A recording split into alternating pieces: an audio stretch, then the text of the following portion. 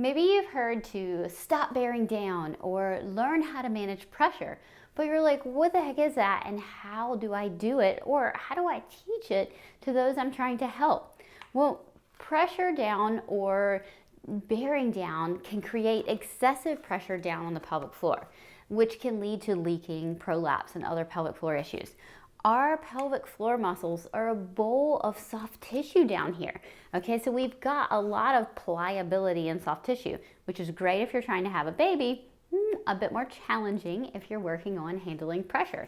Now, because we have all that potential for give, it's something that we want to be mindful of. So where does that pressure come from? Well, it doesn't come from the pelvic floor itself. The pelvic floor itself is just a response to the pressure. That give and bulging that happens here is a response to putting the pressure down. The pressure often comes from the upper abdominals. So these are the main culprits that I see in somebody who tends to put too much pressure down, or somebody who tends to bear down. They will clench or grip those upper abs, sending that pressure down. They may also create a little lower belly pooch, and you'll feel that bulge in the pelvic floor, and it all accompanies that upper ab gripping. Now, I have a challenge for you, because the first step to fixing this is learning how to recognize it and how to feel it. So the next time you need to have a bowel movement, the next time you need to go number 2 and use the bathroom, I want you to do me a favor and take your fingers and place them right underneath your rib cage. Okay, you can do both sides if you want, or one side. And I want you to feel for soft and squishy. And if you're like, oh, Sarah, that area is never soft and squishy, we got some talking to do. Okay, but feel right here underneath your rib cage for soft and squishy. Now, what I want you to do is try to have your bowel movement without creating tension here.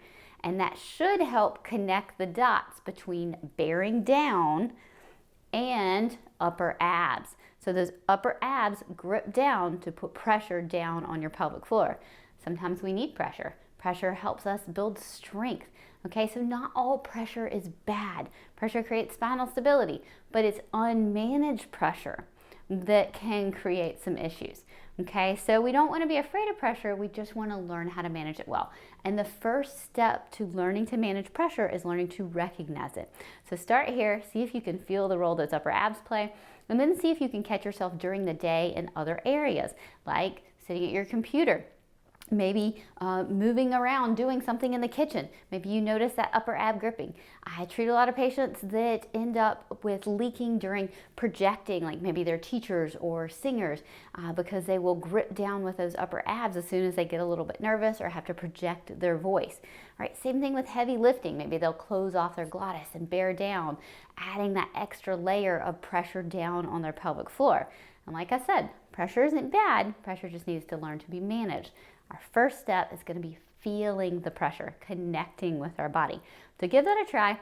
See if you can feel and connect with the pressure.